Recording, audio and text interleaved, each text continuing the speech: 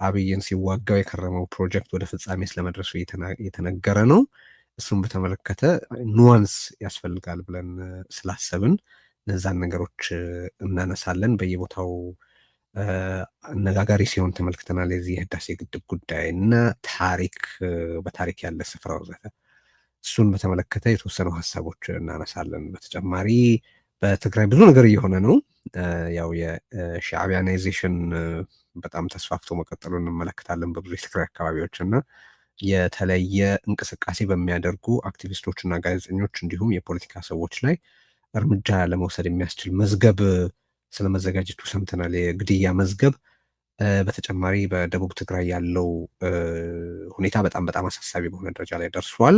እሱንም እናነሳለን። ደብረ ጽዮንና ታደሰም ሰሞኑን አክሱም ላይ ተናግረዋል። እሱንም አስመልክቶ የተወሰኑ ሀሳቦችን እናነሳለን እና አብራችሁን ብትቆዩ ትግራይን፣ ኢትዮጵያንና ቀጣናውን የተመለከቱ ጉዳዮች ስለምናነሳ ይህንን ስርጭት ላይክ አድርጉ፣ ሰብስክራይብ አድርጉ ማለት ወዳለሁ ደግሜ። የዛሬ ውይይታችን ከአሉላ ሰለሞን ጋር የሚካሄድ ነው። እንኳን ተገናኘን አሉላ፣ እንዴት ሰነበትክ? ለሳምንት ሰነበትክ ይባላል አይደል?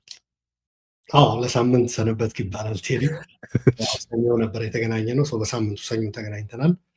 የሪዮት ቤተሰቦችን ሰላም ብያለው። ጥሩ ቆይታ እንደሚኖራችሁ በመተማመን ነው። እንዲሁም ዜናን እናመሰግናለን። ሰላም ብያለው።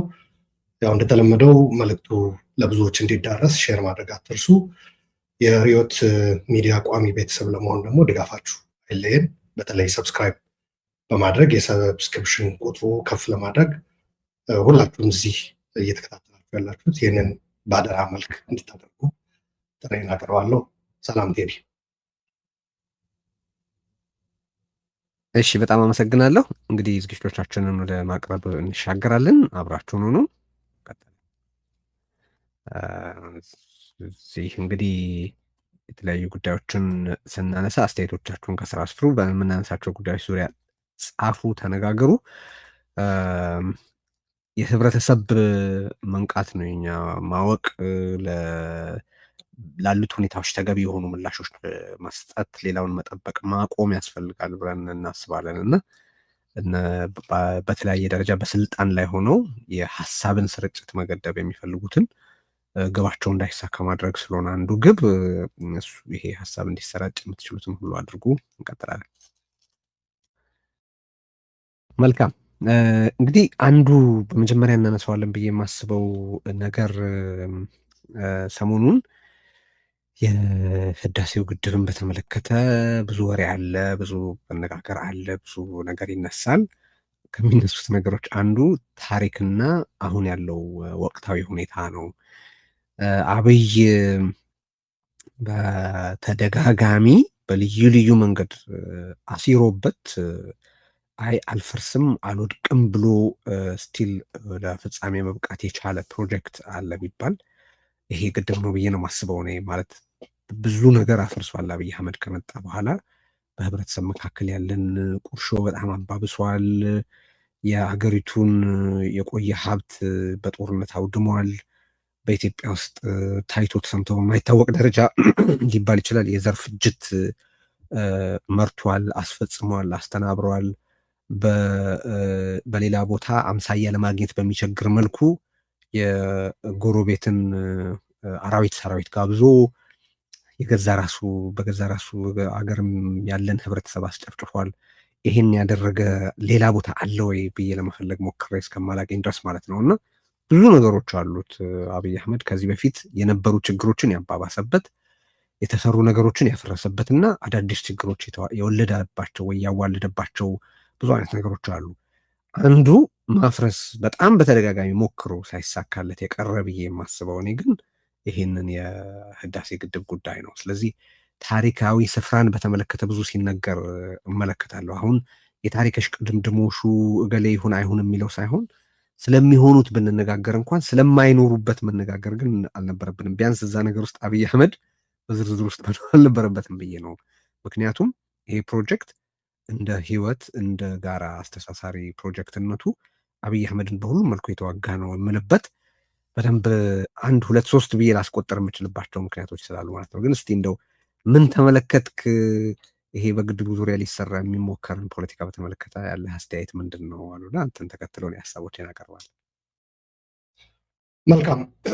ያው እንደምታውቀው ከ7 ዓመት በፊት አብይ አህመድ ወይም አሁን ብልጽግና እየተባለ ያለው ስርዓት ሲመጣ ወደ ስልጣን ማለት ነው ትልቁ የቅቡልነት ማግኛ መንገድ የነበረው አብረውት ሲመሩት የነበረ ስርዓትን ኢህአዴግን ማጥላላት ማንጠልጠል ነበረ። እንደ ትልቅ መስራትም ምንም አይጠበቅም ነበር። ኦፍኮርስ ከኢትዮጵያ ጋር ከፍቅር ከአንድነት ጋር ምናምን ተያይዞ የሚሰበኩ ስብከቶች ነበሩ። እነዛን ስብከቶች ቻሌንጅ የሚያደርግ ሰው ደግሞ ጥያቄ የሚያነሳ ያው አይወደድም ነበር በወቅቱ። የሚፈለገው ምንድነው? ያለፈው ስርዓት በጣም መጥፎ ነው፣ አሁን ያለው የፍቅር የአንድነት እንደዚህ ነገሮች ይወሩ ነበረ በወቅቱ። ከዛ ጋር ተያይዞ ታርጌት ከተደረጉ ተቋማት አንዱ የህዳሴ ግድብ ነው። የህዳሴ ግድብ መጀመሪያ የተከፈተበት ፕሮፓጋንዳ ለፖለቲካ ተብሎ የተጀመረ ፕሮጀክት ነው የሚል ነው። ፕሮጀክቱን ለማንኳሰስ ማለት ነው። የቅቡልነት ለማግኘትም እንዲሁም ያለፈውን ስርዓት ደግሞ ዲስክሬዲት ማድረግ እንደተገቢ ራስን ለማግዘፍ እንደተገቢ እርምጃ ተደርጎ ይወሰድ ነበር። በዛ ላይ ደግሞ ብዙ ኢትዮጵያዊ በነበረው ስርዓት በኢህአዴግ ክፉኛ ተቃውሞም የሚያሰማበት ቅሬታም የነበረበት ወቅት ነበረ። በዛ ወቅት ብሔራዊ ጥቅሞች የሀገሪቱ ለወደፊት ሊወስዱ የሚችሉ ጉዳዮችን አንስቶ መጠየቅ አንድም ስርዓቱ ለመመለስ ዝግጁ አልነበረም አመራሩ። ሁለትም በዚህ አጋጣሚ አንተን አስታውሳለሁ በአዳራሹ ውስጥ ስለነበሩ ወሳኝ የሆኑ ጥያቄዎች በሀገራዊ ጉዳይ ምክንያቱ ዝም ብሎ ሰው ወዲያው ኮንሱም የሚደረጉ አጀንዳዎችን ማስጮህ ላይ ነበር ያተኮረው እና ከሀገሪቱ ጂኦፖለቲካዊ ጥቅሞች ጋር እያይዘህ ምናምን የጠየቅከው ጥያቄ ነበረ። በተለይ ከኤርትራ ጋር ተያይዞ ከወደብ እንደዚህ ማለት ነው። ሰው ጥያቄው ጥሩ ነው ግን መልስ አሁን አልሰጥም የሚል ነበር የተሰጠ እና ወቅቱ እንደዛ ነበረ ልልህ ፈልጌ ነው። እንደዛ የሆኑ ወሳኝ ጥያቄዎች ወደ ጎን የሚተዉበት ብሎ ስሜትን የሚኮረኩሩ ነገሮች ደግሞ መፈክሮችም የሚስተጋቡበት ኢህአዴግ ደግሞ ያጠፋቸው ብቻ ሳይሆን ለሀገር ይጠቅማሉ ብሎ የሰራቸው ነገሮች ኢንክሉዲንግ እነሱም የተሳተፉበት ያው እንደምታውቀው አብይ አህመድም በኋላ ብልጽግና ሆነው የተቀየሩትም ሰዎች ኢህአዴጎች ናቸው እና የማንጠልጠል ነገር እና በዚህ ረገድ አቶ መለስና እንዲሁም ግድቡ ከህዝብ እይታ ገለል እንዲሉ የተደረገበት ሁኔታ ነበር። በሂደት ደግሞ ወዳጅ ለማፍራት የተገባው ጉዞ በኋላ ላይም ጦርነት ያዋለደው ማለት ነው። ከህዳሴ ግድብ ጋር በፍቅር እንድትወድቅ የሚያደርግ አልነበረም ግንኙነት ሲካሄድ የነበረው። እስከ ግብፅ ድረስ ካይሮ በመሄድ የተደረጉ መሐላዎች ነበሩ። ከኤርትራ ጋር የነበረው ግንኙነትም ይታወቃል። ኤርትራ እንደ ሀገር የተፈጠረችበት ሂደትም በኋላ ላይ አቶ ኢሳያስን ማስታወሳለሁ።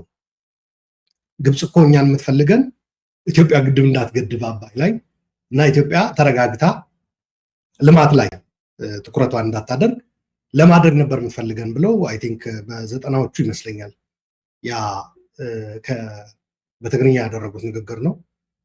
እኛ በቃ ከዛ ወጥተናል። ያኔ ከኢትዮጵያን ይመራ ከነበረው ስርዓት ሰላም ላይ ነበሩ ከኢህአዴግ ጋር ማለት ነው። አቶ መለስ ጋር ጥሩ ግንኙነት ነበረው እና እንደዛ ብሎ የተናገረበት አለ። በኋላ ሌላ ጊዜ ደግሞ ይሄ ግድብ ግብፅን ለመቅጣት ተብሎ ነው ብለው ከዛ በዘለለም የዋይት ኤሌፋንት በትግርኛ ጻዕዳ ሐርማዝ ብለው ነበር፣ ነጭ ዝሆን ብለው ነበር እንትን ያሉት። ያን ያክል ኢትዮጵያ አያስፈልጋትም የዚያን ያክል ትልቅ ሜጋ ፕሮጀክት በአባይ ላይ መገንባት የሚልም ነገር ተናግረዋል። መለስ ከግብጾች ጋር ተኳርፎ ስለነበረ ንቀውኛል ብሎ ያስብ ስለነበረ ሊያናግራቸው ሄዶ ሳናግሩ ሲቀሩ መጥቶ እኔን እቀጣቸዋለሁ ብሎኝ ነበር እና በማለት ያው አቶ መለስ ካለፈ በኋላ ነው እነዚህ ንግግሮች ያመጣቸው ሰውየው ራሱ በማይመልስበት ሁኔታ ማለት ነው። እና ህዳሴ ግድብ ከዚህ ጋርም ተያይዞ እንደ ጠላት የታየበት ሁኔታ ነበረ። ከሌጋሲ ከክሬዲት ከሌጂትሜሲ ጋር ተያይዞ የመጣ አለ። ከተፈጠሩ ግንኙነቶች ጋር ተያይዞ ግድቡ እና በግድቡ ዙሪያ ያሉ ሰዎች ጠላት አድርጎ የማየት ከዛ ኦፍኮርስ የኢንጂነር ስመኘው ግድያም መጣ ማለት ነው። ኢንጂነር ስመኘው መገደሉ ብቻ አይደለም ትልቁ ነገር፣ ግድቡን በሚጎዳ መልኩ ነው ናሬት የተደረገው አገዳደሉ ራሱ። ያው ግድቡ በትክክል ስላተሰራና ስለተዘረፈ በቃ እንደማይሆን ሆኖ ግድቡ እንዲበላሽ ስለተደረገ በዛ ተስፋ ቆርጦና ተበሳጭቶ ነው ራሱን ያጠፋው የሚልም ነገር ታከለበት እና በግድቡ ዙሪያ የነበረው ነገር መጀመሪያ አብይ አህመድ ወደ ስልጣን ሲመጣ ጥሩ አልነበረም ባጭሩ ማለት ይቻላል። በኋላ ላይ ደግሞ ከግብፅ ጋር ሶሺ ራሽያ ላይ ታስታውሳለህ፣ መለስ ከዚህ ግድብ ጋር ተያይዞ ኢህአዴጎች አንዱ ያደረጉት ነገር በኃይለማርያም ጊዜ የቀጠለው የግድብ አፍሪካዊ ማንነት እንዲይዝ በተለይ ደግሞ የአፕሪፔሪያን ተፋሰስ የላይኛው ተፋሰስ አፕሪፔሪያን ሀገሮቹ በዚህ ዙሪያ አንድ ላይ እንዲሰለፉ የማድረግ ስራ ተሰርቷል። በተለይ ታስታውስ እንደሆነ ከናይል ቤዚን ኢኒሽቲቭ ኤንቢአይ ተብሎ የሚጠራው ጋር ተያይዞ በኋላ ላይ ደግሞ ዩጋንዳ የኢንቴቤ አኮርድ የፍትሃዊ አጠቃቀም ስምምነት ተብሎ የሚታወቀው ማለት ነው። እዛም ላይ ብዙ ሀገሮች እንዲፈርሙ በፓርላማቸው እንዲያጸድቁት ብዙ የዲፕሎማሲ ስራ ተሰርቷል። ህዳሴ ግድብ ኮንስትራክሽኑ ብቻ አይደለም ለማለት ፈልጌ ነው። ወይም እዛ ላይ የሚፈሰው እውቀት ሀብት አይደለም፣ የዲፕሎማሲ ስራም ተሰርቶ ነበር አፍሪካዊ። ከዛ ደግሞ አነስ ሲል ደግሞ የተፋሰሱ ሀገራት ስምምነት የታከለበት ከታችኛው ተፋሰስ ፈተና ይገጥመዋል ተብሎ ሲጠበቅም ሱዳንም የህዳሴ ግድብ ደጋፊ እንድትሆን የተደረገበት የዲፕሎማሲ ስራ ቦንድ እስከ መግዛት ለግድቡ ግንባታ የሚያስፈልጉ የቁሳቁሶች የግንባታ መሳሪያዎች እስከ መላክ ድረስ የደረሰ ነበረ። ግን በሂደት ያው የአልበሽር መንግስት ነበረ ጥሩ ግንኙነት የነበረው። የአልበሽር መንግስት ያው በግብፅ አስተባባሪነት እንዲወገድ ራሱም አብይ ተሳትፎ በነገራችን ላይ ተወገደ። ለማንኛውም ከዛ ይሄ ከአፍሪካ ራሱ እየወጣ የተፋሰስ ሀገሮቹ እየተረሱ የኢንቴቤው አኮርድ ራሱ ትልቅ አጀንዳ መሆን ሲገባው እየተተወ ያ በአፍሪካ ህብረት ማዕቀፍ ውስጥ የህዳሴ ግድብ የሚታይበት አሰራር እየቀረ ምን ሆነ? ግብፅና ኢትዮጵያ ብቻ። ከዛ ሱዳኖች በቃ እኛ ኢትዮጵያ ወደ ግብፅ የምትሄድ ከሆነ እኛ ምን አገባን ለብቻችን ጠላት ምን ሆነው በሚል ሱዳኖችም ወደ ግብፅ የሄዱበት፣ ሌሎችም ወደ ግብፅ ጠጋ ጠጋ ማለት የጀመሩበት። በዛ ላይ ግብፅ ደግሞ በሰፊው ራሷን ወደ አፍሪካ ዲፕሎማሲ የመለሰችበት ሁኔታ ተፈጠረ። የአፍሪካ ህብረት ላይ የነበራት ተሳትፎ ራሱ ትታው ነበር፣ ብዙም አትገባበትም ነበር እና በሰፊው ወደ አፍሪካ ህብረት የገባችበት። ከዛም በተጨማሪ በኢትዮጵያ ዙሪያ ያሉ ሀገሮች የአረብ ሊግም ጭምር በመጠቀም እንዲሁም የባይላተራል ግንኙነት የወታደራዊ በተለይ ላይ ያተኮረ ስምምነቶች ወደ መፈረም፣ ደቡብ ሱዳንን ወደ መያዝ፣ ሶማሊያን ወደ መያዝ፣ ጅቡቲን ወደ እንደዚህ የገባችበት። ኤርትራ እንኳ ከድሮ ጀምሮ የነበረ ነው።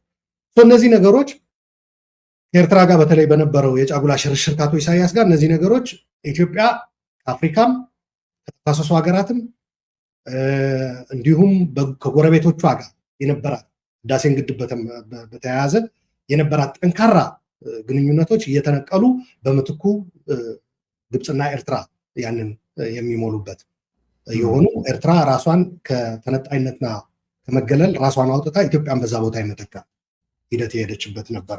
ከዛ የቀድም ያነሳሁት የሶሺ የራሽያ እንትን ያው ግብፅ ይሄ ጉዳይ ወደ ሶስተኛ ወገን እንዲወሰድ በጣም ጥረት ታደርግ ነበር፣ ወደ ዓለም ባንክ እንዲሁም ወደ በተለይ ደግሞ አሜሪካ ያኔ የአሁኑ የአሜሪካ ፕሬዚዳንት ያኔ የመጀመሪያ ተርም አስተዳደራቸው ላይ ጊዜ ነበረና እጃቸው አስገቡ እና ኦልሞስት ግብፅ የፈለገችው ስምምነት ለመፈረም ጫፍ ላይ ተደርሶ ነበር።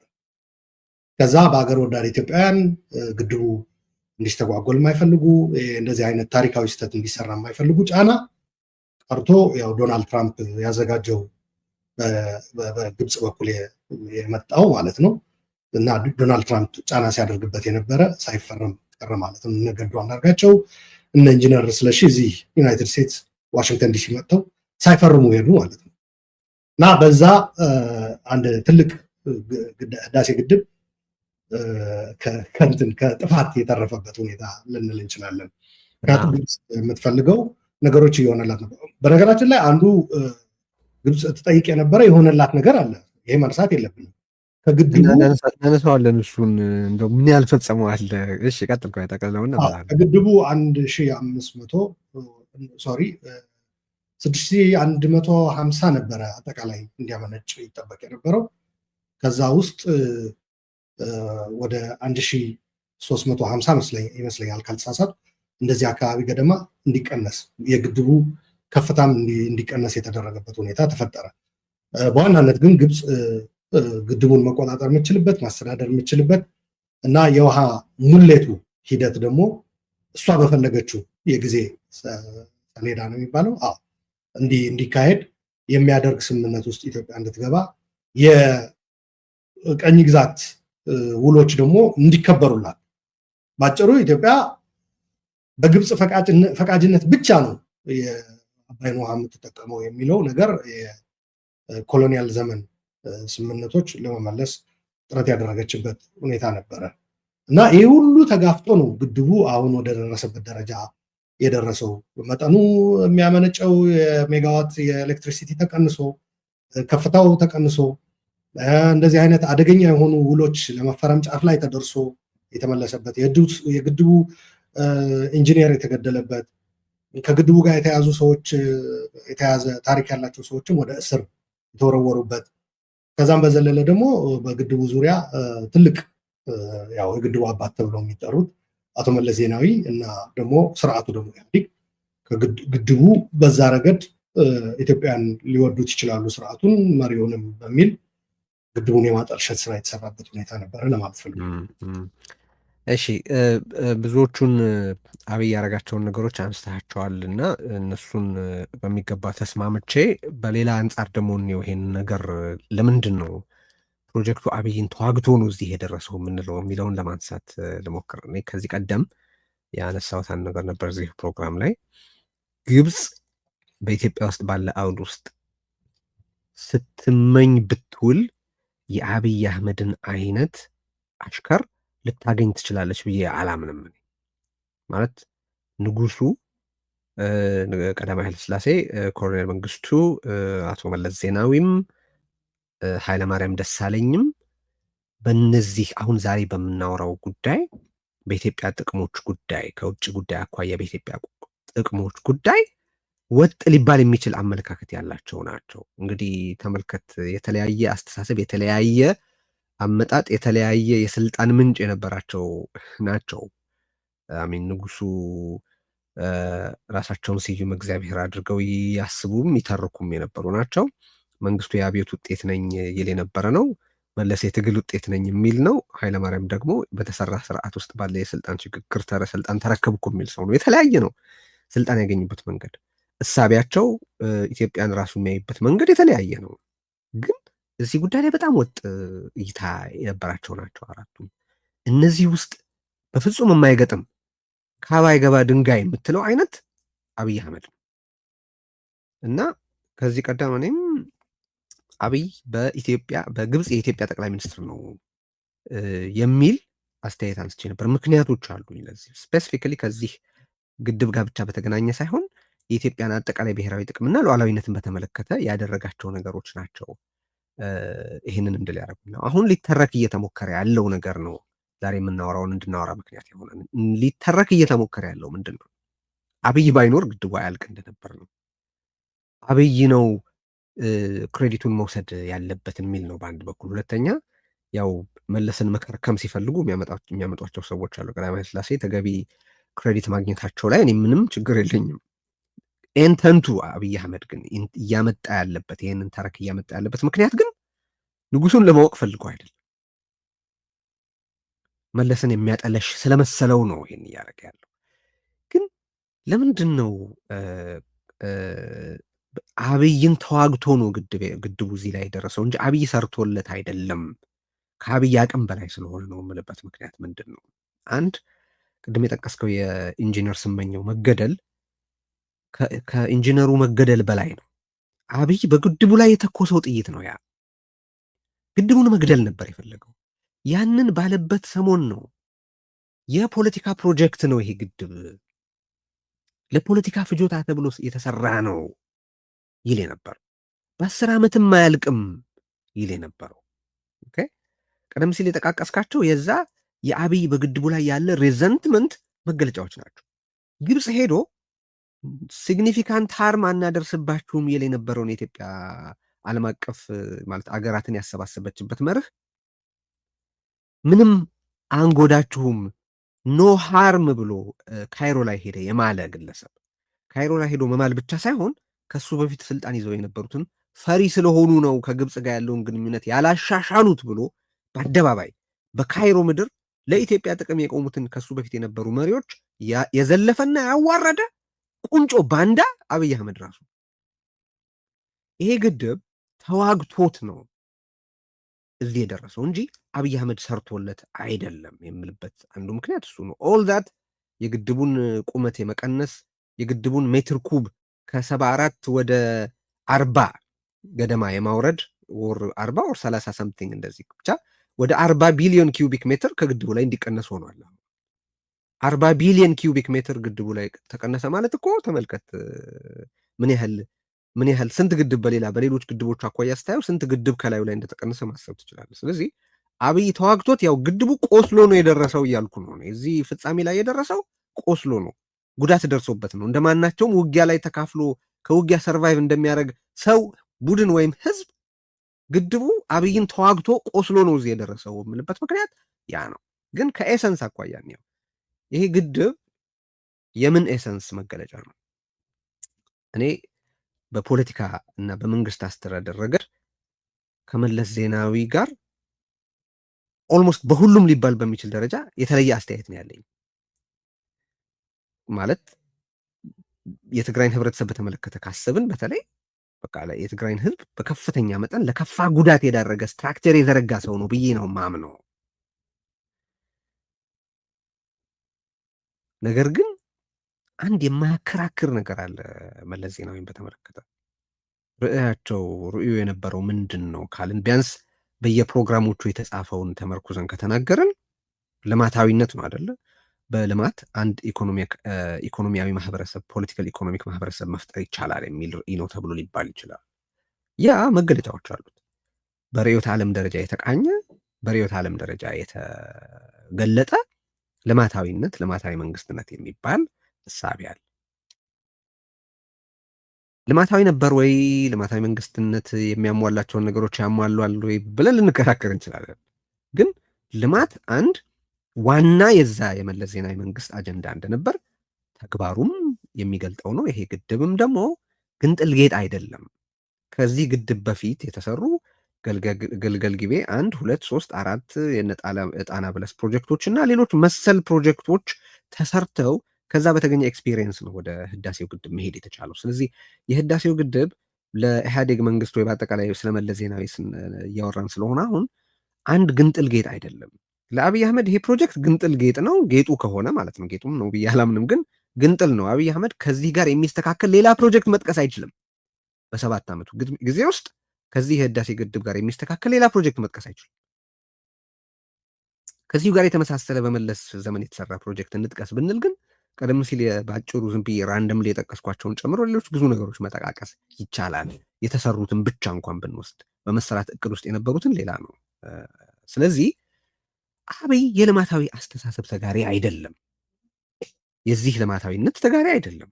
በአደባባይም ወጥቶ እሱ ከዚህ በኋላ ዩኒቨርሲቲ አልሰራም፣ ይሄ ማለት የእውቀት ልማትን በተመለከተ ምንም መስራት አልፈልግም ማለት ነው።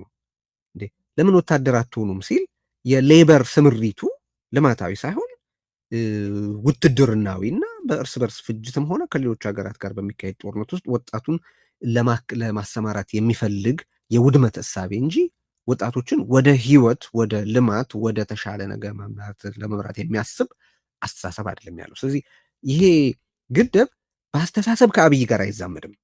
የአብይ የመንግስትነት ኮት አንኮት መንግስት ነው ብዬ ለማሰብ ስለማላስብ ኮት አንኮት የመንግስትነት አስተሳሰብ መገለጫ አይደለም ይሄ ግድብ። ስለዚህ ደርሶበት ነው እንጂ አልፈርስ ብሎት ነው እንጂ አብይ አህመድ ይሄንን በዚህ ግድብ ዙሪያ አጀንዳ አድርጎ ባይነጋገር፣ ይሄን ግድብ ባያስመርቅ፣ ስለዚህ ግድብ ባያወራ ኦር እኔ ነኝ እኮ የሰራሁት ብሎ ለክሬዲት ባይሻማ ይመርጣል። ከመጀመሪያ ጀምሮ ፕሮጀክት ያደረገው ያንን ስለሆነ፣ ስለዚህ አንዱ ይሄ ግድብ አብይ አህመድን ተዋግቶ ነው የደረሰው የምልበት ምክንያት ይሄ ግድብ የአብይ የኮት አንኮት መንግስትነት አስተሳሰብ ዝምድና የለውም፣ ከአብይ ጋር የአስተሳሰብ ዝምድና የለውም። አንድ ሁለተኛ፣ በኋላ አብይ ማፍረስ የተቸገረው ለምንድን ነበር ካልን ግድቡ በኢትዮጵያውያን ዘንድ አንድ አስተሳሳሪ ቦንድ ተደርጎ መታየቱ ነው። ያስተሳስራል፣ ያገናኛል። ሁሉም አዋጥቶበት፣ ሁሉም ተካፍሎበት፣ ሁሉም የድርሻውን ተወጥቶበት የተሰራ አንድ በጋራ የኛ ልንለው የምንችል ፕሮጀክት ተደርጎ መታሰቡ ነው። ኦኬ ና አብይ አህመድ እንደዛ ነው ወይ ድርጊቱ? ህዝብ ማስተሳሰር የአብይ ፍላጎት ነው ወይ ካልን አይደለም። አብይ አህመድ በከፍተኛ መጠን ኢንቨስት ያደረገው ህዝብን ከህዝብ ማፋጀት፣ ብሔርን ከብሔር፣ ሃይማኖትን ከሃይማኖት፣ አካባቢን ከአካባቢ፣ የፖለቲካ ልሂቃንን ከሌላኛው ጋር የማፋጀት ሰነጣጥቆ ሰባብሮና አድቅቆ አገሪቱን የመበተን እንጂ የተለያዩ እዚህና እዛ ያሉ የፖለቲካ አስተሳሰቦችንና ህብረተሰቦችን ወደ አንድ የማምጣት አይደለም የአብይ አህመድ የእስካሁን ተግባር የሚነግረን። ስለዚህ በኤሰንስም ይሄ ግድብ ከአብይ አህመድ ጋር የሚያዛምደው ምንም ነገር የለም። ሶስተኛ፣ ይሄ ግድብ አንዱ በስኬት ከተካሄደ ለኢትዮጵያ ይሰጣታል ተብሎ የታሰበው ምንድን ነበረ? ኢኮኖሚክና ዲፕሎማሲያዊ ሌቨሬጅ ነበረ። አብይ አህመድ የኢትዮጵያን ኢኮኖሚና የኢትዮጵያን ዲፕሎማሲ ለኢትዮጵያ ሌቨሬጅ በሚሆን አቅም በሚሆን ደረጃ ነው ወይ እየሰራው ያለው? ቅድም ጠቅሰዋል። ለምሳሌ አይደለም። አብይ የኢትዮጵያን ዲፕሎማቲክ ሌቨሬጆች ሁሉ ያፈራረሰ፣ የኢትዮጵያን ኢኮኖሚክ ሌቨሬጆች ሁሉ ያፈራረሰ፣ ያወደመ፣ ማናቸውም የቆመ የተሰራ ነገር ሁሉ የሚያቀረው የሚጠላ ግለሰብ ነው። ማናቸውንም ነገር በራሱ ምስል ካልቀረጸ እረፍት የማያገኝ አንድ ኢጎሜኒያክ ነው። ስለዚህ በሌቨሬጅነቱም ይሄ ግድብ ከአብይ አህመድ ጋር የሚያዛምደው ምንም ነገር የለም። ግቡስ የዚህ ግድብ ግብ ምንድን ነው? ኃይል አመንጭቶ ማምረት ነው። ማምረት የአብይ አህመድ የአስተሳሰብ ቅንጣት ነው ወይ? ኢትዮጵያ ውስጥ አብይ አህመድ የማምረትን አቅም ለመፍጠር ይሰራል ወይ? ማኒፋክቸሪንግ እንደ ሴክተር የአብይ አህመድ ቅድሚያ ነው ወይ ካልን አይደለም። በተግባር ያሳየው ያንን አይደለም። ስለዚህ ይሄ ግድብ በአስተሳሰብም በኤሰንስም እንደ ሌቨሬጅም እንደ ግብም ከአብይ አህመድ ጋር የሚዛመድ አይደለም።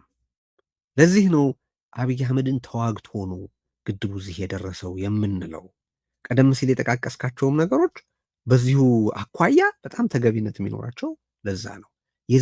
የዚህ መገለጫዎች ናቸው። አየህ፣ ከዛ በኋላ ያደረጋቸው ነገሮች ሁሉ ማለት ግብፅ ሄዶ የተቀሩትን መሪዎች ዘልፎ አንጎዳችሁም ብሎ መማሉ ሁሉ እዚህ ስር የሚወድቅ ነው። ኢንጂነር ስመኘውን መግደሉም እዚህ ስር የሚወድቅ ነው። የግድቡን ቁመት መቀነሱም እዚህ ስር የሚወድቅ ነው። የግድቡን ውሃ የመያዝ አቅም መቀነሱ እዚህ ስር የሚወስድ ነው። የግድቡን አስርቦ አዘግይቶ ማይንድ ዩ ከ65 እስከ 70 በመቶ የግድቡ የተሰራው በከፍተኛ መጠን ሲዘረፍ ነበረ ተብሎ ብዙ አይነት አሊጌሽን የሚቀርብበት ነው እንደሚታወቀው። አንድ እኔ እውነትነት የለውም ብዬም አይደለም የምከራከረው፣ የመሆን እድሉ ከፍተኛ ነው ብዬ ነው የማስበው ጊቨን በወቅቱ ከነበረው የሙስና ሁኔታ አንጻር። አሁን በእርግጥ ያንን ክብረ ወሰን የሰበሩ ማለት የሀገርን ሀብት ሳይሆን አገር እየቸበቸቡ ያሉ ቁንጮ ሙሰኞች ተፈጥረዋል። ያ ግን ትናንት የነበረውን ሙስና እንዳልነበረ ስለማያደርገው በዛ ሁኔታ ውስጥ ሆኖ ከ2010 ግድቡ ከተጀመረበት ከ2010 እስከ 2017 ማነው ከ2003 ይቅርታ፣ በኢትዮጵያ አቆጣጠር ከ2003 ከ2010 ድረስ በነበሩት 7 ዓመታት ከ65 እስከ 70% ተሰርቷል። ከ2010 እስከ 2017 ባለው ጊዜ ግን የተሰራው 30% ነው። ያውም በመጀመሪያው ኦሪጂናል ፕላን መሰረት በነበረው 30% ሳይሆን ግድቡ በኪዩቢክ ሜትር በቁመት በምናምን ተቀናንሶ ያለውን 30% ነው እያወራን ያለው ከ25 እስከ 30%። 70 በመቶ ያክል ለመስራት የፈጀውን ጊዜ ያክል 30 በመቶን ለመስራት ወስዷል ማለት ነው። ይሄ ያለ ምክንያት የሆነ አይደለም። በነገራችን ላይ በሜቴክ በኩል የተፈጸሙት ዝርፊያዎች አሁንም እውነትነት አላቸው ብዬ ማመን እንደተጠበቀ ሆኖ አብይ አህመድ ያንን ትርክት መጀመሪያ ሴት ሲያደርግ ግን በዛው በሜቴክ ጠቅልሎ ግድቡንም ጭምር ለመጣል አስቦ ነው የነበረው። ግን ህዝቡ ያ ሜቴክን እንቃወማለን፣ ግን ግድቡ የሁላችንም ነው፣ ማንም እንዲነካው አንፈልግም ብሎ ባሳየ ተቃውሞ ምክንያት ሰርቫይቭ ያደረገ ነው ብዬ ነው ማምነው። ቅድም ያነሳውም የሶቺ ስብሰባ ላይ ዓለም ባንክን የመጋበዝ ድርጊት፣ የናይል ቤዚን ኢኒሽቲቭን የመግደል ድርጊት ግብፅ ሶማሊያ ድረስ ሰተት አድርጋ ወታደሮቿን እንድታስገባ፣ ሱዳን ውስጥ እጇ በደንብ እንዲገባ፣ ኡጋንዳ በለው ጅቡቲ በለው ኤርትራ በለው ሌሎች አገሮች ውስጥ እግሯን እንድትሰድ ያደረገ አብይ አህመድ የጠረገው መንገድ ነው። ያ ለኢትዮጵያ አጥር ሆኖት የነበረውን ኢጋድ ያፈረሰ፣ ለኢትዮጵያ አጥር ሆኗት የነበረውን የናይል ቤዚን ኢኒሽቲቭስ የጣለ፣ ቅድም እንዳልከው ሱዳን ውስጥ የነበረው ፖለቲካዊ ለውጥ ለኢትዮጵያ በሚመች መልኩ ከኢትዮጵያ ብሔራዊ ጥቅም ጋር አላይን ያደረገ አቋም የወሰድን መንግስት ከግብፅ ጋር ተባብሮ ያፈረሰ ግለሰብ ነው። ኢቸን ማለት ያደረጋቸው ነገሮች ሁሉ የኢትዮጵያን ብሔራዊ ጥቅምና የዚህን ግድብ የመኖር አስፈላጊነት የተቃረነ ስለሆነ ማናቸውም ከዚህ በፊት የኢትዮጵያ መሪዎች የነበሩ ከዚህ ግድብ ጋር ተሳስረው የሚጠቀሱ ሰዎች ቢኖሩ በጣም ነው ደስ የሚለኝ። እኔ አብይ አህመድ እዛ ሊስት ውስጥ ግን መኖር የለበትም። በኤሰንስ በግብ በአስተሳሰብ ዝምድናና በሌቨሬጅ አኳያ ከተመለከት ነው የዚህ ግድብ ዘመድ አይደለም አብይ አህመድ ነው ማለት የፈለግኩት። ጥቂት ተጨማሪ አይ ቲንክ እኔ እንኳ እሱም ራሱ አይፈልገውም ነበር የሚልም ራሱ ከግድቡ ጋር ማዛመድ አሁን ዝም ብሎ መጣ። ይሄ ፖለቲካውም የቅቡልነት ጉዳዩም የሌጂትሜሲ መውደቅም ምንም እንጂ ከግድቡ ጋር ራሱን ማቆራኘት አልነበረም ብዬ ነው የምወስደው እኔ። እንዲያውም ሌላ ይሄ በቃ ባጭሩ የመለስ ነው። በቃ መለስን ከዛ ማንሳት የመለስን ምስል ማጥፋት አልተቻለም። በቃ አይቻልም ይሄ ነገር። ጣርን ሞከርን አልሆነም እና ሌላ የኮሪደር ምናምን የሚለው ነገር መጣ። ፓርኮች ምናምን ማስዋብ እንደዚህ ከዛ ደግሞ ቀይ ባህር በኋላ ላይ ብቅ አለ። ልክ አባይን የደፈረ መሪ መለስ ስለተባለ ቀይ ባህርን የደፈረ እቺ የሶማሊላንድ የነበረችው ራሱ ልክ መለስ ከግድቡ ጋር እያይዞ ኢህአዲግ አባይን የደፈረ የሚል ባነር እንትን አሰርተው ያኔ እንትን ይሉት ነበረ። ኢቭን ካለፈ በኋላ በተለይ ደግሞ መለስ ከግድቡ ጋር በማያያዝ በቃ እንጨርሰዋለን የጀመርከውን ግድብ እንደዚህ የሚል ስሜቶች ነበሩ እና ልክ እንደዛ የሶማሊላንድ ፊርማ ከተፈረሙ በኋላ ቀይ ባህር ገባን፣ ኢትዮጵያ ወደብ አገኘች፣ ቀይ ባህርን የደፈረ መሪ ምናምን ልክ በቃ የመለስን ስዕልና የአብይን ስዕል ጎን ለጎን አድርገው አባይን የደፈረ መሪ፣ ቀይ ባህርን የደፈረ መሪ የሚል አልሆነም። እንደገናም ፍላጎቱም እየሞተ ነው የሄደው። ቅድም ባነሳሁት ማስረጃ ላይ ለማከል የግድቡ መጠን ኢንፋክት በኋላ ላይ ማስተካከያዎች ተደርጎበት ሜቴክም ባደረገው ጥረት ማለት ነው 6450 ሜጋዋት እንዲያመነጭ ነበር እየተሰራ የነበረው። በሂደት ግን በተለይ ግብፅ ጋር በተጀመረው ግንኙነት ከፍታው ዝቅ እንዲል ተደርጎ የሚያመነጨው መጠን ወደ 5150 ነው የወረደው። 1300 ሜጋዋት 1300 ሜጋዋት ማለት በነገራችን ላይ ቴዲ ኢትዮጵያ እስካሁን ድረስ ከህዳሴ ግድብ ውጭ ባሉ በገነባቻቸው ግድቦች ትልቁ 1800 የሚያመነጨው ግልገል ጊቤ 3 ነው ካልተሳሳተ። 4 ምናምን እያለ ይቀጥላል። ሌሎችም እንደሚሰሩ አውቃለሁ። እና 1800 ከአንድ ግድብ ለመጀመሪያ ጊዜ ያገኘችው በኋላ ላይ ያለቀው የግልገል ጊቤ ግድብ ነው ማለት ነው። አንድ አለ፣ ሁለት አለ፣ ሶስተኛው ላይ ነው 1800 ማመንጨት የቻለችው። 1300 ማለት ለኢትዮጵያ አንድ ትልቅ ፕሮጀክቷ ነው ማለት ነው። ህዳሴ ግድብ ውጭ ብትገነባ ማለት ነው። እና 1300 ተከዜዎች ሊሆን ይችል ነበር። ወደ 3-4 ተከዜ 300 ነው። ስለዚህ ወደ 4 ተከዜ ግድብ ነው የተቀነሰው። ጣና በለስ 450 ነው ካልተሳሳት፣ ተከዜ 300 ነው። ስለዚህ 4 ተከዜ በለው ወደዛ አካባቢ ገደማ ወይም 3 ጣና በለስ ነው ኢትዮጵያ ያጣችው። ከ6450 ሜጋዋት ወደ 5150 ነው የቀነሰው። ይሄ ነው። ሌላው ከዚህ ከነበሩት ስምምነቶች ጋር ተያይዞ ኢትዮጵያ ራሷን የግብፅን ከውሃም በዘለለ የጂኦፖለቲካ ጉዳይ አድርገው ነው የሚያዩት ግብጾች። አባይን ዝም ብሎ የውሃ ሀብት ብቻ አይደለም ለነሱ፣ ከውሃ ተጠቃሚነት አንጻር አይደለም። ከውሃ ተጠቃሚነት አንጻር ብዙ ጥያቄዎች አንስተው በባለሙያዎች ግብፃውያን ጭምር ባመኑበት ባለሙያዎች፣ ኢንጂነሮች ይህ ግድብ እኛን ይጠቅማን እስከ ማለት ደርሰው ነበር። ከፍተኛ የሆነ ዲፕሎማሲ ስራ ተሰርቶ ማለት ምክንያቱ ትነትን ይቀንሳል። ይህ ግድብ በመኖሩ ከአባይ ውሃ የሚተነው የውሃ መጠን ብክነት ይቀንሳል። ምክንያቱ የግብፅ ግድቦች ዝርግ ናቸው፣ ጥልቅ አይደሉም። ምክንያቱም ሜዳ ላይ የተሰሩ ስለሆኑ ዝርግ ናቸው። እንደገና በዛ ላይ በጣም ሞቃታማና በረሃ ላይ የተሰሩ ናቸው። እዛ ውሃው በቆየ ቁጥር የትነቱ መጠን ከፍተኛ ነው። በረሃማ ስለሆነ ሙቀት ስላለ፣ ዝርግ ስለሆኑ ደግሞ ጥልቀት ስለሌላቸው ለትነት በጣም የተጋለጡ ናቸው። ሌላው ችግር የነበረው ሲልቴሽን ነው። ይሄ ከኢትዮጵያ ከፍታማ ይሄ ሃይላንድስ የኢትዮጵያ ሃይላንድስ እየተቦረቦረ የሚሄድ አፈር የሱዳንና የግብፅን ግድቦች ይሞላው ነበር በሲልቴሽን። እነዚህን ግድቦች በአፈር የሞሉት ለመጥረግ በየአመቱ ሚሊየንስ ኦፍ ዶላርስ ነው የሚያወጡት ሁለቱ ሀገሮች። ይህም ያስቀራል ተብሎ ተነገራቸው እና በዚህ ረገድ ከሳይንስ አንጻር ከሙያ አንጻር ግብፃውያንም ጭምር መደገፍ ጀምረው ነበር። ግን የግብፅ መሪዎች፣ ፖለቲከኞች ጉዳዩን የሚያዩት ከክብርም አንጻር ነው፣ ከጂኦፖለቲክስ አንጻር ነው። ፖለቲሳይዝ ያደርጉታል። በስልጣን የማቆያ አንዱ ካርዳቸው ነው። የግብፅ ብሔርተኝነት ማቀንቀኛ ነው አባይ ለነሱ ለፖለቲከኞቹ። ከሳይንስ አንጻር አይደለም የሚያዩት። ይህ ሁሉ የማስተካከል ስራ በመለስ ጊዜ ተሰርቷል። ግድቡ መገንባት ከመጀመሩ በፊት ጭምር ተሰርቷል። በተለይ ይሄ ሲኤፍኤ ተብሎ የሚጠራው ኮኦፐሬቲቭ ፍሬምወርክ አግሪመንት የኢንቴቤ አኮርድ ማለት ነው። እነ ሙሴቪኒ ሳይቀር እስካሁን ድረስ ንግግራቸው እንዳይቀይሩ ያደረገ ነው። የኢትዮጵያ መሪዎች ግድቡን ጠልተው ንግግራቸውን ሽፍት አድርገው የኢትዮጵያ ተጠቃሚነት ሳይሆን የግብፅ ተጠቃሚነት በሚያቀነቅኑበት፣ ግብፅ ለምታራምዳቸው አስተሳሰቦች መልስ በማይሰጡበት በሚገርም ሁኔታ አሁን ቅርብ ጊዜ ድረስ ግብፅ በጣም የዲፕሎማሲ ስራ ሰርታ ግድቡ ምርቃት ላይ ራሱ እንዳይገኙ መሪዎች ሌጂትሜሲ እንዳያገኝ ግድቡ ማለት ነው የማድረግ ስራ ስትሰራ የዩጋንዳውን ፕሬዚዳንት ጋብዛው ነበረ ካይሮ ላይ።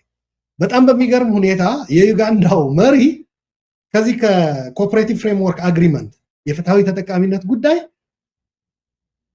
መርህ ሳይወጡ ነው ስፒች ንግግር ያደረጉት በካይሮ ላይ። ምንድነው ያሉት? ይሄ የታሪካዊ የውሃ ተጠቃሚነት በቀኝ ግዛት ጊዜ የተፈረሙ ውሎች የሚባል ነገር ተውት፣ እሱ አብቅቷል፣ ካሁን በኋላ ወደዛ እንመለስም። የሚያዋጣችሁ ፍትሃዊ ተጠቃሚነት፣ በተፋሰሱ ሀገሮች የፍትሃዊ ተጠቃሚነት አሰራር እንዲኖር መከተል ነው ያለባችሁ ብለው በድፍረት ማለት ነው ካይሮ ላይ ሄደው ንግግር አድርገዋል። ከዛ በፊትም አስታውሳለሁ ያኔ ግድቡ እንደተጀመረ በአፍሪካውያን ዘንድ በተለይ በተፋሰሱ ሀገሮች ከፍተኛ የሆነ የዲፕሎማሲ ስራ ድጋፍ ይደረግለት ነበር ግድቡ። ከኢትዮጵያውያን በዘለለ ነው የምልህ። ኢትዮጵያውያን እንዲያውም ያኔ ኢትዮጵያውያን ኢህአዴግን የሚቃወሙ ግድቡን ያጥላሉት ነበር እና ያኔም ምንድን ነው ያሉት አፍሪካውያኖቹ፣ እንዲያውም ይሄ ግድብ ተጠናቆ የኤሌክትሪክ ኃይል ሲያመነጭ አፍሪካውያን በእንጨት ወይም በከሰል ተጠቃሚነት ዲፐንደንሲያቸው ስለሚያቆም የተፈጥሮ ምንድን ነው የሚባለው ይሄ ዲፎሬስቴሽን በአማርኛ ምን እንደሚባል ስላላወቁ ነው ቴዲ፣ ምንድን ነው የሚባሉት መመናመን። የደን መመናመን ሲኖር እንደምታውቀው ሬንፎል ይዛባል፣ የአካባቢ አየር ይዛባል፣ ሬንፎል ይቀንሳል።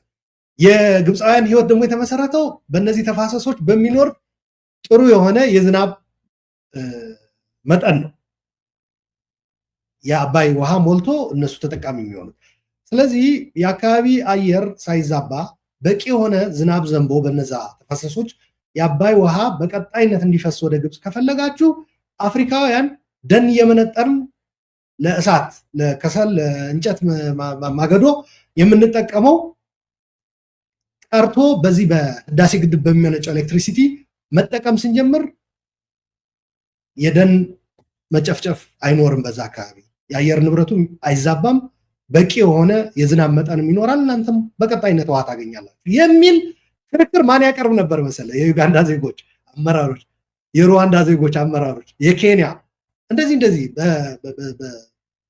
ፓን አፍሪካን አስተሳሰብ በግድቡ ላይ አባይ ውሃ ላይ ደግሞ መምጣት ጀምሮ ነበረ ልልፈልጌ ነው። ይሄ የግብፅ ትምክህት በአባይ ውሃ ላይ የተመሰረተ ትምክህት ብቻዬን ልጠቀም የሚል የቀኝ ግዛት ውሎች ይከበሩልኝ፣ 1 ሊትርም ውሃ ቢሆን እናንተ ብታመነጩትም 1 ሊትርም ውሃ ቢሆን መጠቀም የለባቸውም የሚል የግብፃውያን የትምክህተኛ አስተሳሰብም የሰበረ ነው። በነገራችን በፖለቲካ ብዙ ልዩነት የነበራቸው አንዳንድ ብልህ የሆኑ ኢትዮጵያውያኖችም ከግድቡ ጎን ተሰልፈዋል። በነገራችን አንዳንዶች በወቅቱ አስታውሳለሁ። ይህ ግድብ የሀገራዊ የብሔራዊ ጥቅም ጉዳይ ነው። ከመለስ ከኢህአዴግ ጋር አናያይዘው። እነሱ ስርዓቶች መሪዎች ናቸው። መሪዎች ደግሞ ስርዓቶች ደግሞ ይመጣሉ ይሄዳሉ። ብሔራዊ ጥቅም ጉዳይ ግን እዚህ ላይ መደራደር የለብንም የሚል በተለይ የግብፅ ትምክህተኛ የሆነ አስተሳሰብ ቻሌንጅ በማድረግ ጭምር የጻፉ ኢትዮጵያውያንም ነበሩ። ይህ በአጠቃላይ ስናየው ከዚህ የመውጣትም ስራ ነው የተሰራው ልልፈልጌ ነው። ከዚህ አጠቃላይ ለግድቡ ለኢትዮጵያ የተሰጠው ክብር፣ ድጋፍ፣ የብሔራዊ ጥቅም ዙሪያ ላይ የመሰለፍ ነገር እንዲያውም እኔ ልንገራ አሁን እንትና አብይ በዚህ ባለቀ ሰዓት ምረቃ ጊዜው ሲደርስ ያው ከፍተኛ የሆነ ጫና አለ ኢትዮጵያ ላይ እንደምታውቀው ፖለቲካው ጦዟል። ይሄ በውጭ የሚደረገው ትብብር የተቃዋሚዎች ምናምን ቀላል አይደለም። ስርዓቱ ከፍተኛ የሆነ የሌጂትሜሲ ውድቀት ገጥሞታል። ራሱን ከአባይ ጋር ከግድቡ ጋር ማስጠጋት በጣም ጠቃሚ ነው ብሎ አሰበ እንጂ ግድቡን እኔ እንዲያውም ተሞክሮ አይ ከዚህ ግድብ ጋር በፍጹም ልጠጋ ሞከርኩ አልሆናለ ተብሎ ተስፋ ተቆርጦ ወደ ባህር እንገባለን፣ ቀይ ባህር እንገባለን ወደሚል ትርክት ነበር የተገባው። አሁን ግን ምን ሆነ? አንድም ተቃዋሚ የነበሩት የመለስ ግድብ ነው አሉ። ተወደደም እንዲያውም ኃይለስላሴ ምናምን አይሉም እነሱ። እኔ ኃይለስላሴ ከግድቡ ጋር መያያዝ ይቅርታ አድርግልኝ፣ አንተ ምናልባት የራስህ የሆነ የታሪክ እይታ አስቀምጠህ ልታስረዳኝ ትችላለህ። እኔ ምንም ይሄ ዝም ብሎ በአባይ ተጠቃሚነት ዙሪያ ብሔራዊ ጥቅም ዙሪያ ምናምን መሪዎች የኢትዮጵያ መሪዎች ኃይለስላሴ ጀምሮ ደርግም ምንም እያል ጥሩ እንትን መስጠት ይቻላል።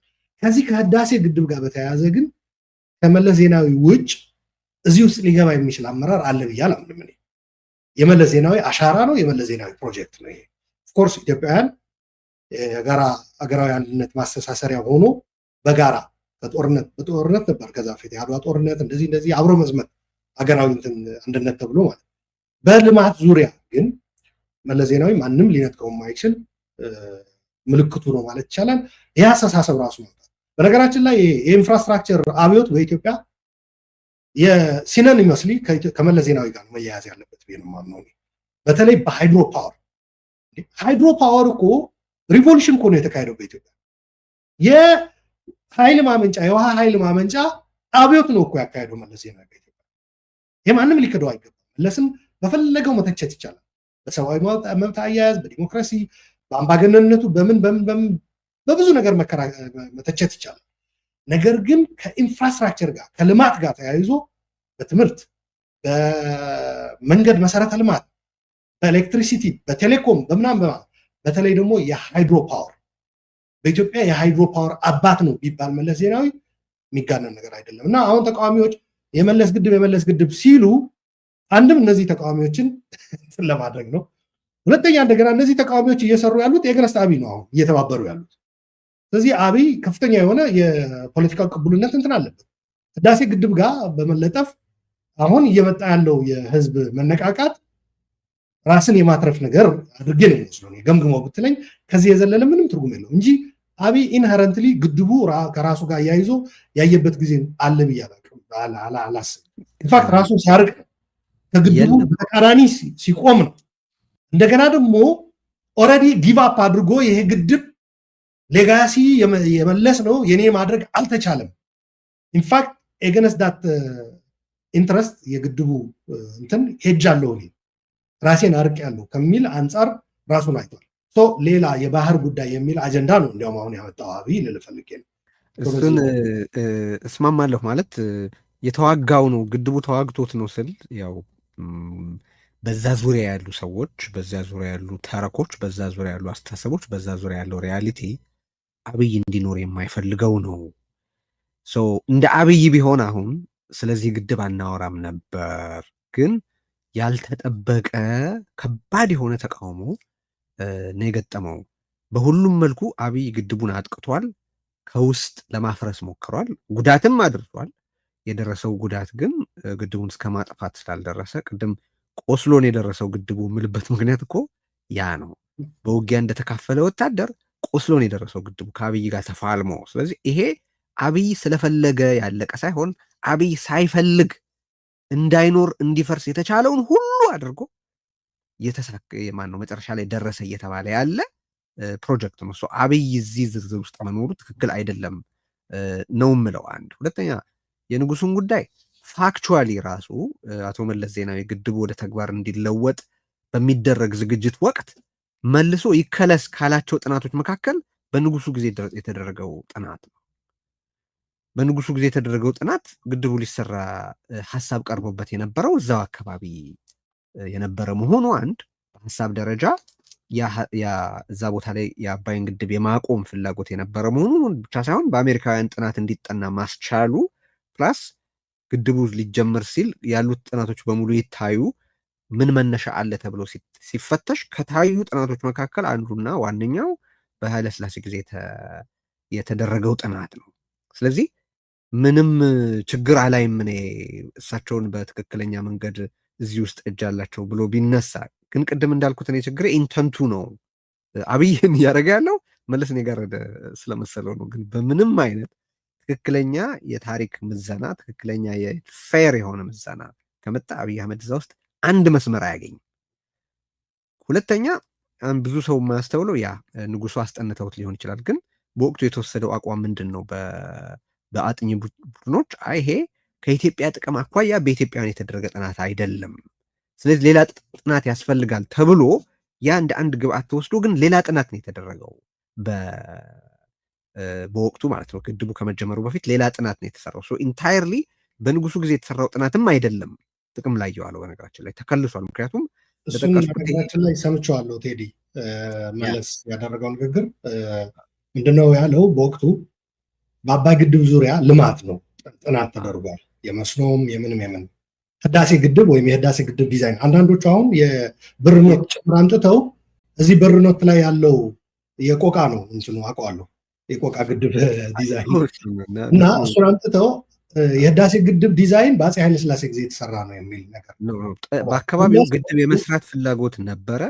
ዲዛይኑ ይሄ አሁን የተሰራው በዚህ መልኩ አልነበረም የታሰበው። እንዳልኩት የተሰራውም በኢትዮጵያውያን አልነበረም፣ ከኢትዮጵያ ጥቅም አኳያም የተሰላ አይደለም። ስለዚህ የንጉሱ ጥናት አንድ ግብአት ነው የሆነው እንጂ ራሱ ዲዛይኑና ጥናቱ አይደለም ጥቅም ላይ የዋለው።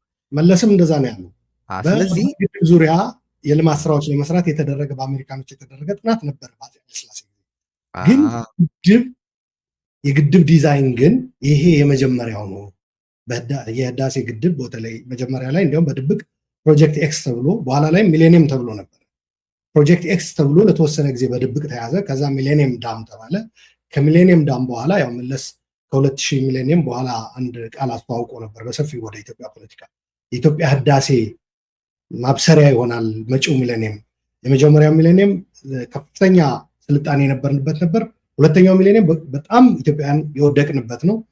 አሁን ግን እየተቀበልን ያለ ነው። ሶስተኛው ሚሌኒየም ግን የኢትዮጵያ ህዳሴ ይሆናል ብሎ እንትን አለው እና በዛ እንዲሰየም ተደረገ እና ከግድብ ጋር በተያያዘ ኃይለሥላሴ ግድብ ለመስራት ዲዛይን ያሰሩበት ሁኔታ የለም። ይሄ የመጀመሪያው ነው። እኔ የማውቀው እንግዲህ ይሄኛው የግድቡ ዲዛይን እንደጠቀስኩት ምንም አሁን ባለው ሪያሊቲ ከዛ በፊት ግድብ በመስራት የተገኘው ኤክስፒሪየንስ እና በወቅቱ የነበረው የኢትዮጵያ ኤሌክትሪክ ኃይል ፍጆታ እና የወደፊት የመልማት ፍላጎት ታሳቢ ተደርጎ የተደረገ ነው። ንጉሱ ካሰቧቸው የልማት ስራዎች አንዱ ግድብ እንደነበር ግን ይታወቃል ልልህ ነው። አሁን ግድብ በመሆኑ ብቻ ከዚህ ጋር የተሳሰረ ተደርጎ መታሰቡ ዲስኢንጀንወስ እቀበላለሁ። እሱን አንዳንዶቹ ዲዛይኑ ያኔ የተሰራ ነው ስለሚሉ ነው። እሱ መለስ ደግሞ ያኔ አልነበረም፣ የግድብ ዲዛይን አልነበረም ብሎ ነው። አሁን ወደ ወንም ሆነ ወደ ኋላ ወደፊት ግድቡ እንደ ኢትዮጵያውያንን ለማስተሳሰር ጥቅም ላይ የሚውል ከሆነ እንደ አንድ ብሔራዊ የጋራ አስተሳሳሪ ሆኑ ጥቅም ላይ መዋሉ እኔ እንደ መጥፎ እሱ ነው ነገር ዋናው ነገር። አልመለከተውም። ግን አብይ ይሄን የሚያደርገው ግን መለስን የከረከመ መስሎት ነው። በተለያየ ጊዜም ያንን አድርጓል። ኦኬ። እና ነገራችን ላይ ከህዳሴ ግድብ ውጭም እኮ ሌሎች ከመለስን እንትን ለማድረግ የተሄዱ ርቀቶች ብዙ ናቸው። ምን ተዘርዝረው ያልቃል እንዴ?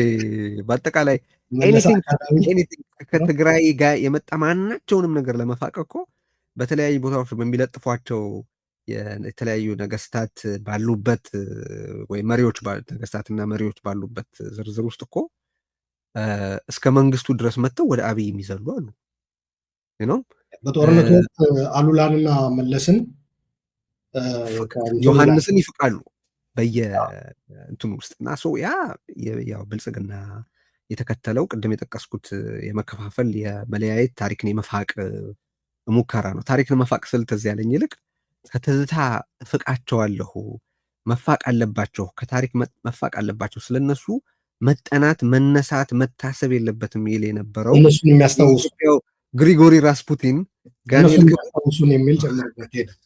እነሱን የሚያስታውሱን ስራዎች ጭምር እሱን ሁሉ መጥፋት አለበት የነበሩት ሰዎች አሁን ይህንን ተገደው ይህንን ፕሮጀክት ለማሰብ ምርጫ ያጡበት ሁኔታ አለ እና ቅድም ያነሳሳ ነው የዚህ በጣም በጣም ከባድ የሆነ የሌጂቲመሲ ዴፊሲት ነው። አብይ ይህንን ጉዳይ አድርጎ እንዲያዳምቀው የተገደደበት ምክንያት ግን አሁን የገጠመው አንድ ትልቅ ችግር በተለያዩ አገራት ዞሮ ግድቡን እናመርቁልኝ የኔ የፕሮፓጋንዳ ዘለበት ሁኑልኝ ብሎ ሊጠራቸው የነበሩ በጣም ብዙዎቹ መሪዎች እንደማይገኙ ተናግረዋል። ምክንያቱም በአሁኑ ወቅት ኢትዮጵያ ውስጥ ኢትዮጵያ የምትታወቀው ከሄይቲ ጋር በሚስተካከል ምናልባት በባሰ ደረጃ በጣም ኬዮቲክ ክራይም ሬት በከፋ ደረጃ የጨመረባት የእርስ በርስ ፍጅት የሚካሄድባት በዋነኝነት ደግሞ መሀል ላይ ተቀምጦ ወደ ሁሉም አቅጣጫ የሚተኩስ ዘረፈጅ ቡድን ስልጣን የያዘባት አገር ሆና ነው። እውነታውም ያ ነው። የቅርብ ጊዜው የስቴት ዲፓርትመንት ሪፖርት የሚያሳየው ያንን ነው። በሀገር ውስጥ ብቻ ሳይሆን ከሀገር ውጭም በትራንስናሽናል ሪፕሬሽን ከሀገር ውጭ ሆነው ያንን አገዛዝ የሚቃወሙትን ድምፆች ለመዝጋት የሚንቀሳቀስ አንድ አውሬ ዘረፈጅ አገዛዝ ስልጣን የያዘባት ሀገር እንደሆነች ነው። ይህንን ምስል በምንም አድርጎ ሊፍቀው ሊለውጠው የሚችል አይደለም፣ እየቻለም አይደለም። ያ ትልቅ እክል ሆኖበታል። ግን ስቲል በአሁኑ ወቅት ትልቅ የትርክት የቅቡልነት ድህነት ላይ እርዛት ላይ ስላለ ይህንን ግድብ እየቀፈፈውን ቢሆን ሊጠቀምበት እያሰበ ነው። በኢትዮጵያውያን በኩል ግን ይህንን ሪጀክት ማድረግ ይገባል ብዬ ነው ማስበው። ዲስፓይት የአብይ አህመድ ፍላጎት ነው ይሄ ግድብ ቆስሎም ቢሆን አሁን እዚህ ያለበት ቦታ ላይ የደረሰው እንጂ አብይ አህመድ ስለመራው ስለሰራው ስላስተዳደረው አይደለም። ይሄንን ነው እዚህ ላይ ዶቶችም ለማያያዝ ሲመጣና አሁን ያለው ሁኔታም ቁልጭ አድርጎ እንዲያይ ምናልባት በዚህ ጉዳይ ላይ እንደ ሰመሪ እንዲሆነን መጀመሪያ ላይ ኢህአዲግ መለስ ጋር የተያዙ ነገሮች የማራቅ የመጥላት በላያቸው ላይ የመዝመት ጭምር እንትን ነበር። ያ ያስወድዳል ተብሎ ይታሰብ ነበር። አሁን ደግሞ ግድቡ ተጠናቆ አሁን ኢትዮጵያውያን ይህንን ግድብ ወደው ግን አብይን ደግሞ በጣም በሚቃወሙበት ሁኔታ ደረጃ ላይ ደረስ። 7 ዓመት በኋላ ያኔ ግድቡን ይጠሉታል ተብሎ ይታሰብ ነበረ እና ግድቡን መጥላት መለስንም የመለስንም ጥላ እንዳጠላ ሌጋሲ ደረጃ ራስን ማኮሰስ እንዳይሆን በሚል የተሰራ ነገር ነበረ። በዛ ላይ ደግሞ ያኔ ኢህአዲግም መለስም የሰራው ያደረገው ነገር አንወድም የሚል ነገር ስለነበረ ከዛ ጋር ተመጋጋቢ ሆኖ አንድ ላይ ተሰራበት። አሁን ግን የመለስ ፕሮጀክት ነው የሚል ተቃዋሚ መጣ። ያኔ ከመለስና ከኢህአዲግ ጋር የተያያዘ ነገር አታሳዩኝ ይለው የነበረ እንትን አለ። ሁለተኛ ደግሞ ያኔ ድጋፍ ይሰጥ የነበረው አሁን ኃይለኛ ተቃውሞ የጋራ መተባበር ጭምር ፈጥሮ እንትን በሀገሪቱ ደግሞ ያለው ሁኔታ አስከፊ ስለሆነ ማለት ነው። ህዳሴ ግድብ ተፈለገ። አሁን ያኔ ተገፋ፣ አሁን ደግሞ ለሌጂቲሜሲ ተፈለገ በሚል ነው ያየሁት። ምናልባት የምጨምረው ነገር ካለ የመጨረሻ ነጥብ ሊደረግ ሊሆን ከቻለ ምናልባት እኔ አንድ በጣም ሁነኛ ማሳያ አለ ይህንን የሚያሳየው ለአሁን በኢትዮጵያ ውስጥ አብይ አህመድ አሁን እንኳን ስለሌላ ቦታ ነው የምልህ በግድቡ ዙሪያ ያለውን ጸጥታ እንኳን ማስጠበቅ እንዳልቻለ በገዛ ራሱ እያመነ ነው። ራሱ ምን ብሏል? 15,000 ሰዎችን ገለን እኮ ነው ይሄን ግድብ ያስጠበቅ ነው ሲል በግድቡ ዙሪያ ውጊያ ተካሂዶ እኮ ነው። ተመልከት ምን ድረስ ግብፅን እንደጎተተ አብይ አህመድ ከዚህ በፊት በነበረው በማናቸውም የኢትዮጵያ መንግስታት ወቅት በነገራችን ላይ በዚህ ደረጃ በኢትዮጵያ ዘንድ በኢትዮጵያ ከፍተኛ ዋጋ የተሰጠው የብሔራዊ ጥቅም ማሳያ ተደርጎ በሚቆጠር ፕሮጀክት ዙሪያ ውጊያ በግብፅ ወር በሌላ ኃይል ተካሂዷል ሲባል መስማት የተለመደ ነገር አይደለም ማለት። አሁን እኮ ውጊያው እየተካሄደ ያለው በግድቡ ዙሪያ ነው። እኔ አይደለሁም ያልኩት፣ አሉላ አይደለም ያለው፣ ራሳቸው አብይ አህመድ ራሱና ብርሃኑ ጁላ ነው እያለ ያለው። የኢትዮጵያን የአሁኑ ወቅት የሴኪሪቲ ሁኔታ ለማየት በግድቡ ዙሪያ ያለ ፍልሚያ አለ ብለው ራሱ ለአርበኝነት መግለጫ መስሎት ነው እየተናገረ ያለው፣ ለጀግንነቱ መገለጫ መስሎት ነው እየተናገረ ያለው። ግን አክቹዋሊ እየተናገረ ያለው ስርዓቱ ምን ያህል ፌይል እንዳደረገ ነው። ሶ በኢትዮጵያ ወሰናወሰን የነበረው የጸጥታ ችግር አሁን ግድቡ በምንድን ነው ሲምቦሊክ በሆነ መንገድ ካየኸው እኮ ወሰን በኢትዮጵያ ወሰን ላይ ቢገኝም በከፍተኛ ጥበቃ የኢትዮጵያ ማዕከል ሊደረግ ይገባ የነበረ ነው። ኖት በስትሪክትሊ ጂኦግራፊክ በሆነ ሴንሱ ሳይሆን ካለው ፋይዳና ከኢንቨስትመንቱ አኳያ የኢትዮጵያ መካከል ተደርጎ መቆጠር ያለበት ነው ግድቡ። ቢኮዝ 40 ኪሎ ሜትር ርቀት ላይ ከድንበርም ያለ ቢሆን ግን ማናቸውም ቦታ ስላይደለ ማለት ነው። ሌሎች መሰል ነገራችን ላይ ቴዲ ግድቡ ከኃይል ማመንጨት ከልማት ባሻገር የቱሪዝም መስህብ የጥናትና ምርምር ማዕከልም ጭምር እንዲሆን ነው የሚለው በግድቡ እንትን ላይ ማለት ነው። በግድቡ እቅድ ላይ የተካተተ ይህ ግድብ በአካባቢው ልማት ወይም ኃይል ማመንጨት ብቻ ሳይሆን ለሪክሪኤሽናል እንትንም እንደሚውል ቱሪስትም መሳብ እንደሚችል ልክ እዚህ ኮሆቨር ዳም ቬጋስ ላይ ብዙ ሰው ነው እየሄደ የሚያየው የሚጎበኘው። ግድቦች በጣም ይጎበኛሉ፣ የቱሪስትም እንትን ናቸው።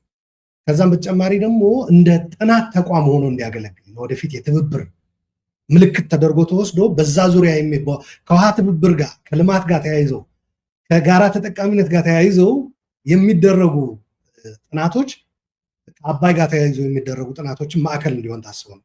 ግን አሁን እንዳልከው ግድቡ መጠበቅም አልተቻለም። ብዙ ነገር ነው የሚነግረን። ይኸውልህ አሁን ከጸጥታ አኳያ ከተመለከትከው በሀገሪቱ የተለያዩ ዳር ጂኦግራፊካሊም ፖለቲካሊም ፐሪፌሪያል በሆኑ ግድቡ ፖለቲካሊ እና ኢኮኖሚካሊ ፐሪፌሪ አይደለም። ማይንድ ዩ ከተሰጠው ትኩረትና ከፈሰሰበት ኢንቨስትመንት ከትዕምርታዊ ዋጋው አኳያ ፐሪፌሪያል ነው ልትለው የምትችል አይደለም። ሶ በአገሪቱ ድንበር በፐሪፌሪ ዙሪያ የነበሩ ችግሮች፣ የጸጥታ ችግሮች አሁን በማናቸውም የኢትዮጵያ ክፍል የከፋ የጸጥታ ችግር እንዳለ ያሳይሃል። አንድ ሁለተኛ የግብፅ ፖዚሽኒንግ የት ጋር ነበረ? ኢትዮጵያን ለመክበብ በጣም ተቸግራ ከነበረችበት ሶማሊያ ውስጥ ኢትዮጵያ ነበረች። ኤርትራ ኦልሬዲ በዲፕሎማሲ ኒውትራላይዝ ተደርጋ የነበረች ሀገር ናት። ሱዳን ወደ ኢትዮጵያ እቅፍ ተስባ የነበረች ሀገር ናት። ጅቡቲ ከኢትዮጵያ ጋር በኢኮኖሚ ተሳስራ የነበረች ሀገር ናት። ኬንያ ከኢትዮጵያ ጋር የወዳጅነት ጥብቅ ትስስር መስርታ የነበረች ሀገር ናት። ከዛም አልፎ ተርፎ ኡጋንዳን፣ ሩዋንዳን እና ዲአርሲን ምናምን ሁሉ የኢትዮጵያ የዚህ እሳቤ መገለጫ ቢያንስ ኡጋንዳና ስለ ኡጋንዳና ሩዋንዳ መናገር ይቻላል በእርግጠኝነት የዚህ የናይል ቤዚን ኢኒሽቲቭ አካል እንዲሆኑ ተደርጎ ከነበረበት የኢትዮጵያ ሰርክል ኦፍ ኢንፍሉዌንስ ሰፍቶ ከነበረበት ሁኔታ ግብፅ ይሄ ማለት ኢትዮጵያ ጋር ለመድረስ እነዚህን ሁሉ ሀገራት መሻገር ነበረባት አይደል? አፍሪካ ህብረት ደረጃ ግድቡ አጀንዳ ሆኖ ነበር። አንድ ከዛ ሌላ የኢትዮጵያ አጥር የነበረው የኢትዮጵያ ከለል የነበረው ማለት ነው ሰርክል ኦፍ ኢንፍሉዌንስ አንድ መገለጫ የነበረው ኢጋድ ነበር። ኢትዮጵያ ከግብፅ የሚከላከሏት ብዙ አጥሮች ነበሯት። አሁንስ ግብፅ የት ናት?